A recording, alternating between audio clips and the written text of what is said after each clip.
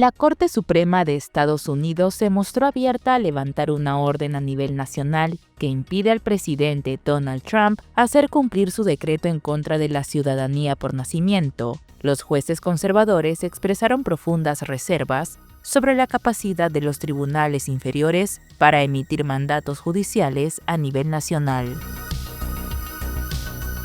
El presidente de Rusia, Vladimir Putin, rechazó la invitación de Ucrania para un encuentro cara a cara con su homólogo Volodymyr Zelensky. Zelensky aseguró que la ausencia de Putin demuestra que no tiene interés en concretar la paz. El presidente de Estados Unidos, Donald Trump, ha afirmado este jueves que está muy cerca a un posible acuerdo con Irán con respecto a su programa nuclear, aunque ha vuelto a amenazar con una violencia jamás vista si no se logra. China anunció este jueves que a partir del 1 de junio de 2025, los ciudadanos de Perú, Argentina, Chile, Brasil y Uruguay podrán ingresar a su territorio sin necesidad de visado para estancias de hasta 30 días. Según el vocero del gobierno chino, el objetivo es facilitar aún más los intercambios entre pueblos y fomentar la cooperación amistosa.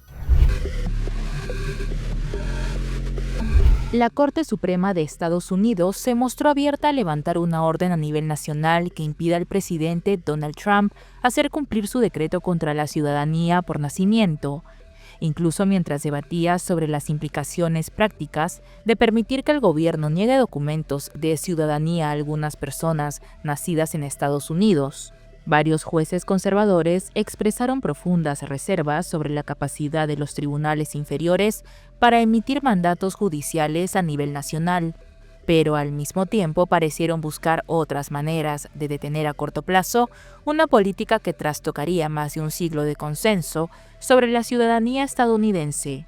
Varios de los conservadores de la Corte, incluido el presidente del Tribunal Supremo, John Roberts, enfatizaron que podrían revisar los fundamentos del decreto de Trump con celeridad, pero se mostraron preocupados por los mandatos judiciales a nivel nacional que habían emitido los jueces de tribunales inferiores. La Corte Suprema, dijo Roberts, abordaría los fundamentos del decreto de Trump con una celeridad razonable. Si el tribunal finalmente decide en esa dirección, permitiría al gobierno hacer cumplir su decreto contra el derecho de nacimiento en gran parte del país, al menos a corto plazo. Probablemente esto provocaría una oleada de nuevas demandas que intentarían anularlo o con otras demandas legales. Como se recuerda, en la última década, cientos de miles de bebés nacidos en Estados Unidos de madres extranjeras han obtenido el derecho a la ciudadanía por nacimiento. En 2023, el 86% de los niños menores de 18 años en familias inmigrantes nacieron en Estados Unidos, según el Instituto de Política Migratoria. 9 personas murieron bajo custodia del Servicio de Inmigración y Control de Aduanas ICE en Estados Unidos desde que el presidente Donald Trump regresó al poder el 20 de enero. Así lo confirmó el director interino del ICE, Todd Lyons, durante una sesión de la Comisión de Presupuestos de la Cámara de Representantes del Congreso. En este momento el número de muertes bajo custodia asciende a 9. Realizamos una investigación exhaustiva sobre la responsabilidad profesional de todos ellos, así como sobre la jurisdicción local. El ICE, como se ha dicho, se compromete con la transparencia. Desde su regreso a la Casa Blanca, el presidente republicano prometió la expulsión masiva de migrantes en situación irregular. Trump los considera criminales por haber entrado ilegalmente a Estados Unidos, aunque su gobierno afirma enfocarse en aquellos con antecedentes penales, pandilleros y narcotraficantes. Los abogados de algunos detenidos o expulsados y las organizaciones de defensa de los derechos humanos lo acusan de arrestos indiscriminados basados en ocasiones únicamente en sus tatuajes. Su departamento está malgastando millones al enviar a la secretaria Kristi Noem por todo el país para montajes publicitarios, de modo que ella pueda publicar fotos en redes sociales de operaciones que aún están en curso, poniendo en riesgo a agentes reales. Aunque Lyons afirmó que ICE prioriza, los demócratas lo pusieron en duda al afirmar que se enfoca en migrantes que no representan absolutamente ninguna amenaza para el público, estudiantes con tarjetas verdes y visas y personas con estatus legal sin antecedentes penales. ICE subcontrata a compañías privadas para la detención de migrantes y para servicios como el transporte, la atención médica o la alimentación, lo cual genera polémica por sus millonarios beneficios y las condiciones de arresto. Cindy Estrada huyó con su familia hace 3 años de su Colombia natal por las extorsiones a la empresa de su marido y la inseguridad. Instalados en Nueva York, ahora viven con miedo, mientras disputan en la justicia una orden de deportación. Nosotros llegamos a este país huyendo de muchas cosas en Colombia, ¿me entiendes? Entonces a mí me da miedo volver a Colombia, me da mucho miedo. Me da mucho miedo enfrentarme a por lo cual me vine. Entonces creo que esa ha sido una de las cosas más fuertes por las cuales yo he luchado para quedarme acá. Porque no creas que también he tenido ganas de coger todas mis cosas y decir, ya no quiero cargar esta maleta acá porque me está pesando demasiado y me voy. El presidente Donald Trump ha prometido la mayor deportación de migrantes sin documentos en la historia de Estados Unidos. Se calcula que son unos 11 millones de personas a las que llama criminales por haber entrado sin visa ni permiso al país. Además, Trump ha revocado centenares de miles de permisos temporales de permanencia. Todo esto ha ocasionado como una ruptura emocional un poco compleja, porque uno empieza a sufrir estrés, depresión, ansiedad. Pánico, a veces uno siente ataque de pánico, de decir, Dios mío, me van a llegar, va a llegar la policía, toca la puerta, timbra, no te creas que a veces vienen acá, un ejemplo, pasó algo en el building y llegó la policía y yo ya estoy aquí con el corazón a 1000 de que van a llegar a mi casa, o sea, no es fácil.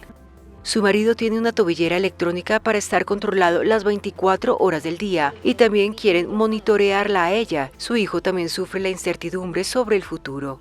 Mi hijo mayor está en terapia. Actualmente él está en terapia porque le ha causado bastante como ansiedad, ¿sabes? Empezó a comerse sus uñas, a perder también el sueño, bajó mucho el rendimiento académico.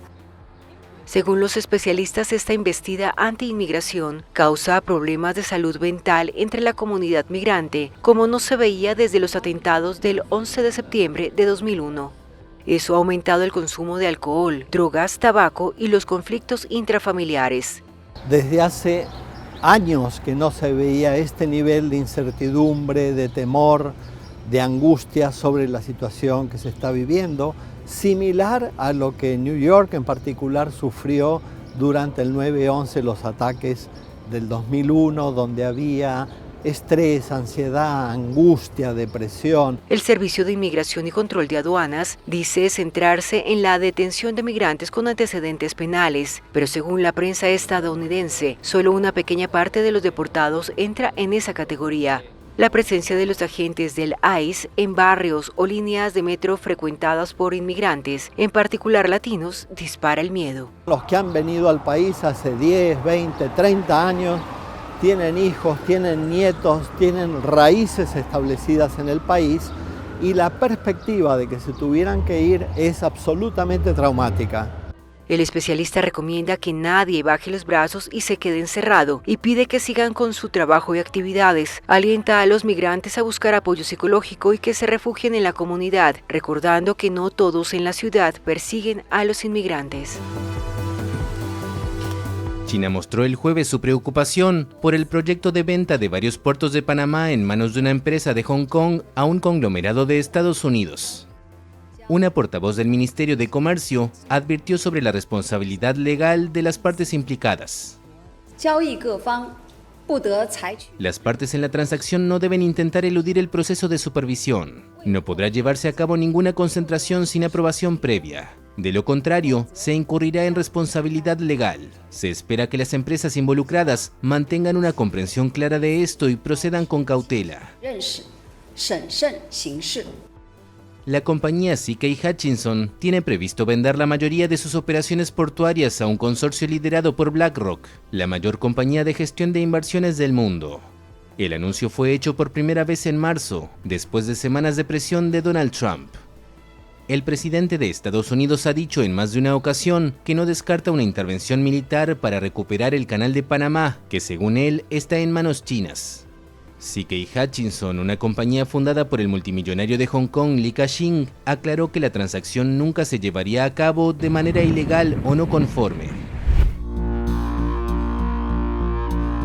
El presidente de Estados Unidos, Donald Trump, ha afirmado este jueves que está muy cerca un posible acuerdo con Irán con respecto a su programa nuclear, aunque ha vuelto a amenazar con una violencia jamás vista si no se logra. Creo que nos estamos acercando a quizás llegar a un acuerdo sin tener que... Hay dos pasos, uno muy agradable y otro violento, una violencia nunca antes vista, y espero que no tengamos que hacer esto. No quiero dar ese segundo paso. El contenido de estas declaraciones del presidente de Estados Unidos es similar al de otras que ha dado durante su gira estos días por Oriente Próximo y que en Irán no han gustado. Su presidente Masoud Pezeshkian criticó este miércoles que Trump creyera que puede venir a la región a amenazar y esperar que vayan a ceder. Contrarias a estas declaraciones de Pezeshkian, unas horas antes, Ali Shamkhani, asesor del líder supremo de Irán, el ayatolá Ali Khamenei, dijo en una entrevista en la cadena NBC que su país está dispuesto a aceptar restricciones de su programa nuclear a cambio del levantamiento inmediato de las sanciones estadounidenses. El domingo tuvo lugar la cuarta ronda de negociaciones entre Teherán y Washington iniciadas el mes pasado, los contactos de más alto nivel desde que Trump retiró en 2018 a Estados Unidos del acuerdo nuclear. No vamos a generar polvo nuclear en Irán y hemos sido fuertes. Quiero que triunfen, quiero que se conviertan en un gran país, pero francamente no pueden tener un arma nuclear. Eso es lo único que importa. La gira de Trump, que comenzó en Arabia Saudita y terminará en Emiratos Árabes Unidos, está siendo intensa en declaraciones. El mismo jueves reiteró que Estados Unidos quiere tomar el control de la Franja de Gaza, devastada por la guerra entre Israel y el movimiento islamista palestino Hamás, para convertirla en una zona de libertad. El Kremlin confirmó que el presidente de Rusia, Vladimir Putin, no asistirá a las negociaciones de paz convocadas por Ucrania y secundadas por Estados Unidos que se realizarán este jueves en Ankara. Una orden emitida por el líder del Kremlin, Vladimir Putin, publicada el miércoles por la noche, indica que la delegación rusa en las conversaciones con Ucrania para resolver la guerra incluye un asesor del presidente, un alto diplomático y altos funcionarios militares y de inteligencia. Tras esto, las esperanzas de que se lleve a cabo el primer cara a cara entre los presidentes de estas naciones en conflicto, algo que no ocurre desde aquella lejana reunión en París en 2019, durante la cumbre del formato de Normandía, han quedado descartadas. El presidente Zelensky había adelantado, previo a la negativa de Moscú, que toman este encuentro como la gran oportunidad de poner fin al conflicto y pidió al mundo estar atento ante la voluntad de Rusia. Las respuestas a todas las preguntas sobre esta guerra, por qué empezó, por qué continúan, está en Moscú. El fin de la guerra depende del mundo. Ucrania está lista para cualquier formato de negociación y no tememos a reunirnos. Mañana en Turquía, gloria a Ucrania. Por su parte, el presidente de Estados Unidos, Donald Trump, confirmó que tampoco asistirá a la reunión y en su representación irá su secretario de Estado, Marco Rubio. Trump reconoció que ninguna negociación de paz avanzará hasta que no se encuentre con Putin. No va a pasar nada hasta que Putin y yo nos reunamos, ¿de acuerdo? Y obviamente, él iba a ir, pero pensó que yo no. No iba a ir si yo no estaba allí. No creo que vaya a pasar nada, les guste o no, hasta que él y yo nos reunamos. Pero vamos a tener que resolverlo porque está muriendo demasiada gente. Por otro lado, el ministro de Exteriores ruso, Sergei Lavrov, calificó hoy al presidente ucraniano Volodymyr Zelensky de patético por exigir reunirse personalmente en Estambul con su homólogo ruso Vladimir Putin para abordar la paz en Ucrania. El jefe de la diplomacia rusa, quien se rumoreaba que encabezaría la delegación en Estambul, volvió a denigrar al presidente ucraniano, sugiriendo la falta de independencia y la subordinación de su gobierno e intereses extranjeros. Al principio, Zelensky hizo unas declaraciones que exigía la presencia de Putin. Bueno, es una persona patética, es obvio para todos, excepto quizá para él y sus títeres. Luego, camaradas mayores le explicaron que no debía comportarse de esa forma tan estúpida y que era necesario negociar. El Kremlin dice estar dispuesto a aceptar un alto al fuego si Occidente deja de suministrar armas a Ucrania y considera que el objetivo de las conversaciones directas en Estambul es eliminar las causas profundas del conflicto y establecer una paz duradera a largo plazo. Con acusaciones cruzadas, Rusia y Ucrania se preparan para las primeras negociaciones de paz directas entre ambos países. El presidente ucraniano Volodymyr Zelensky envió el jueves una delegación con destino a Estambul, pero acusó a Moscú de no tomarse en serio las conversaciones. La reunión podría celebrarse esta noche o mañana. Lo hemos hecho todo por nuestra parte. Todo el mundo está esperando la demostración de la parte rusa. Zelensky había calificado de pura fachada a la delegación rusa que viajó a la ciudad turca. Moscú respondió tratándolo de payaso, sembrando dudas sobre si se lograrán avances para poner fin a un conflicto que ha dejado ya decenas de miles de muertos. Al principio, Zelensky hizo una especie de declaraciones que exigían que Putin viniera personalmente. Es una persona patética, es obvio para todo el mundo, excepto quizá para él y los que lo manejan como marioneta. Luego los camaradas mayores le explicaron que no debía comportarse de forma tan tonta y que las negociaciones son necesarias. Los negociadores ucranianos estarán encabezados por el ministro de Defensa. Por su parte, la delegación rusa está dirigida por un asesor del presidente Vladimir Putin.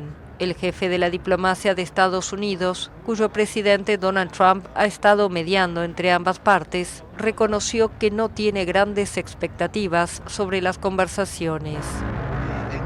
La pelota está claramente en el tejado de Rusia. Los rusos están enviando una delegación de bajo nivel y no están aprovechando la oportunidad que les ha brindado el presidente Zelensky. Dijo: estoy dispuesto a sentarme con Putin. En cuanto se logre el alto al fuego, estaremos dispuestos a negociar un acuerdo de paz. Así que Ucrania está claramente dispuesta a colaborar, pero la pelota ahora está en el tejado de Rusia. Nuestro principal objetivo era aumentar el gasto en defensa. Este es el resultado principal de la cumbre y será un área clave para la alianza OTAN en los próximos años. Aumentar el gasto en defensa es esencial para nuestra seguridad. La mayoría de aliados están dispuestos a alcanzar un objetivo inicial de gastar 2% del PBI en defensa este año, y muchos ya han anunciado planes para ir mucho más allá. Y esto es crucial, porque está claro que el 2% no es suficiente. Pero vinimos porque nos dijeron que podría haber un enfrentamiento directo entre los rusos y los ucranianos. Ese era el plan original. Todos oyeron lo mismo. No iba a ser así, o si lo es, no es al nivel que esperamos. Ojalá me equivoque, espero que mañana logren un gran avance si es que hablan, pero francamente no creo que vayamos a lograr ningún avance aquí hasta que el presidente Trump se reúna cara a cara con el presidente Putin y determine cuáles son sus intenciones de cara al futuro. Nuestro objetivo es lograr la paz, ya sea con el alto al fuego de 30 días o con un alto al fuego de un día, o con un acuerdo final negociado en un solo día. Para nosotros el proceso es menos importante que el resultado, y el resultado no debe ser solo la paz, sino una paz sostenible, una paz duradera. Ese es el objetivo. Eso es lo que vamos a seguir intentando lograr por todos los medios posibles. Los uruguayos comenzaron a despedir el miércoles al popular expresidente José Pepe Mujica, quien murió el martes a los 89 años. El cortejo fúnebre con sus restos partió en procesión desde la sede de la presidencia con destino al Palacio Legislativo. Detrás iban su esposa y ex vicepresidenta uruguaya Lucía Topolansky y el presidente Yamandú Orsi, quien caminó junto a los militantes que se iban sumando a la procesión. Un sentimiento de admiración, respeto y agradecimiento para un tipo que se jugó la vida y que estuvo defendiendo la justicia social en todas sus facetas y formas por los últimos 50 años. El cortejo recorrió la principal avenida de Montevideo y pasó por sitios clave en la vida de este exguerrillero, cultor de un estilo de vida austero. Las sedes del Movimiento Nacional Tupamaros, del que fue uno de los líderes, del partido Movimiento de Participación Popular, del que fue uno de los fundadores, y de la coalición de izquierda en el poder Frente Amplio, que lo llevó al gobierno en 2010. ha dejado un legado en todos nosotros y ha trascendido fronteras, ¿no? Por su sinceridad y por eso que tenía, ¿no? Por su característica única y por su agenda de derechos que marcó al Uruguay. Un día muy triste para el Uruguay, porque el Pepe dio todo por los más necesitados. El Pepe ha hecho muchas cosas, como el Pepe no va a haber acá. No, el uno, en todo el mundo. Mujica militó hasta sus últimos días en pro de la izquierda y de la unidad latinoamericana. El gobierno uruguayo decretó 3 días de duelo oficial. ¡Pueblo de Colombia! El presidente de Colombia, Gustavo Petro, convocó movilizaciones a escala nacional para defender su iniciativa de consulta popular que busca reformar el sistema laboral. ¡Unidad! Esto luego de que el Senado la rechazara el miércoles en una votación que el mandatario considera fraudulenta. Pero no esperábamos un hecho tan dantesco como el del Senado de la República. Es que ni siquiera fueron capaces de ganar en la consulta popular a través del voto de senadores limpios. Tuvieron que hacer trampa. El primer presidente de izquierda en la historia de Colombia intenta ampliar los derechos de los trabajadores y promueve una consulta popular con 12 preguntas para reformar el Código Laboral colombiano, luego de que el Congreso rechazara en abril un primer proyecto legislativo impulsado por su gobierno. La propuesta de consulta popular debía pasar por la aprobación del Senado antes de convocar a los colombianos a las urnas, pero con 49 votos negativos frente a 47 afirmativos, los legisladores volvieron a cerrarle la puerta a uno de los proyectos emblema de Petro. El mandatario colombiano, que se encuentra en una visita oficial en China, envió un mensaje que fue televisado la noche del miércoles en el que llamó a los sindicatos y organizaciones sociales a movilizarse a escala nacional para defender su consulta. Este es el momento del pueblo, lo dijimos. Llegó la hora del pueblo. La respuesta a la corrupción y al fraude dentro del Senado será tranquila, será alegre, no ejercerá violencia sobre nadie. Ojo, la violencia es de ellos, no del pueblo, pero tiene que ser profundamente contundente. No esperamos al año entrante. Petro ordenó a policías y militares no levantar una sola arma contra el pueblo durante las protestas, para las que todavía no anunció fecha. El mandatario solicitó también al Congreso poner de nuevo en votación la consulta popular. La oposición sostiene que este mecanismo es muy costoso y tiene como propósito el inicio de una campaña oficialista con miras a las presidenciales de 2026, en las que por ley Petro no podrá buscar la reelección. Reino Unido estudia la creación de centros de retorno en terceros países para solicitantes de asilo cuyos expedientes hayan sido rechazados. Durante una visita a Albania, el primer ministro Keir Starmer dijo el jueves que su gobierno mantiene conversaciones con otras naciones, aunque sin precisar cuáles. Los veo como una innovación realmente importante, y eso es coherente con el trabajo que hemos hecho en relación con la reducción de las cifras entre Reino Unido y Albania, el trabajo que hemos hecho en los acuerdos de aplicación de la ley con otros países, los acuerdos de retorno que hemos puesto en marcha, el número récord de retornos. El anuncio llega tras conocerse que el número de personas que cruzaron en pequeñas embarcaciones el Canal de la Mancha que separa Inglaterra y Francia superó las 12.000 desde enero, lo que coloca a 2025 en camino de ser un año récord en este aspecto. En una entrevista a la cadena GB News, Starmer señaló que el establecimiento de centros de retorno no será una solución mágica, pero ayudará a poner fin a los cruces combinado con otras medidas contra las bandas de contrabandistas. El mandatario laborista se encuentra bajo presión tras el fuerte ascenso de la extrema derecha en Reino Unido, que ha capitalizado las preocupaciones de los británicos sobre la inmigración en un contexto económico difícil. La compañía aérea Qatar Airways encargó a Boeing un pedido récord de al menos 160 aviones. Así lo anunció el presidente estadounidense Donald Trump durante una visita a Qatar de marcado tono económico, donde se reunió cerca de 2 horas con el emir, el jeque Mohammed bin Abdulrahman Al Thani.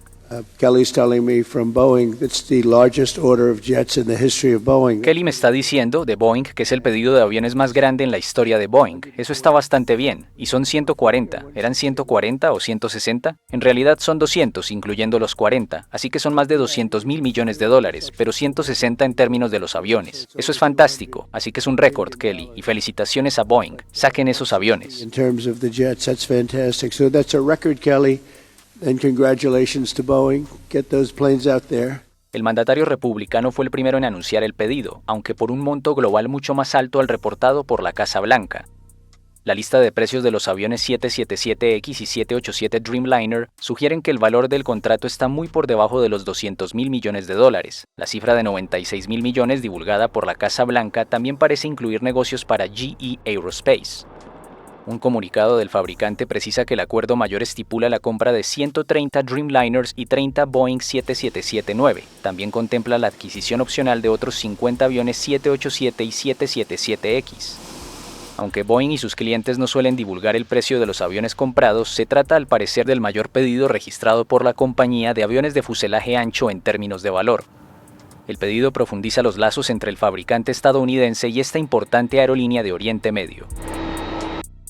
China anunció este jueves que a partir del 1 de junio del 2025, los ciudadanos de Perú, Argentina, Chile, Brasil y Uruguay podrán ingresar a su territorio sin la necesidad de visado para estancias de hasta 30 días. El portavoz del Ministerio de Exteriores chino, Lin Jian, confirmó este jueves los detalles de la medida, que había sido adelantada por el presidente Xi Jinping durante la reciente cumbre ministerial China con la Comunidad de Estados Latinoamericanos y Caribeños, CELAC. Según Li, la política estará vigente hasta el 31 de mayo del 2026 y permitirá a los titulares de pasaportes ordinarios viajar al país asiático por motivos de turismo, negocios, visitas familiares, intercambios culturales o tránsito. El objetivo, afirmó el vocero, es afirmar aún más los intercambios entre el pueblo y fomentar la cooperación amistosa. Lin aseguró que China está ampliando su política de apertura y le dio la bienvenida a más ciudadanos latinoamericanos para que visiten, exploren y experimenten la vitalidad y la diversidad de su país. Esta iniciativa se enmarca en una serie de pasos adoptados por Pekín desde el 2023 para reactivar el turismo y los vínculos internacionales tras el prolongado cierre de fronteras por la pandemia del COVID-19. China ya había extendido de 15 a 30 días el periodo de exención de visados para países como España y ha firmado acuerdos de exención recíproca con otra veintena de estados. Actualmente, China es el principal socio comercial de países como Brasil, Chile, Perú y ha incrementado su presencia en América Latina a través de proyectos de infraestructura y comercio vinculados a su iniciativa de las nuevas rutas de la seda.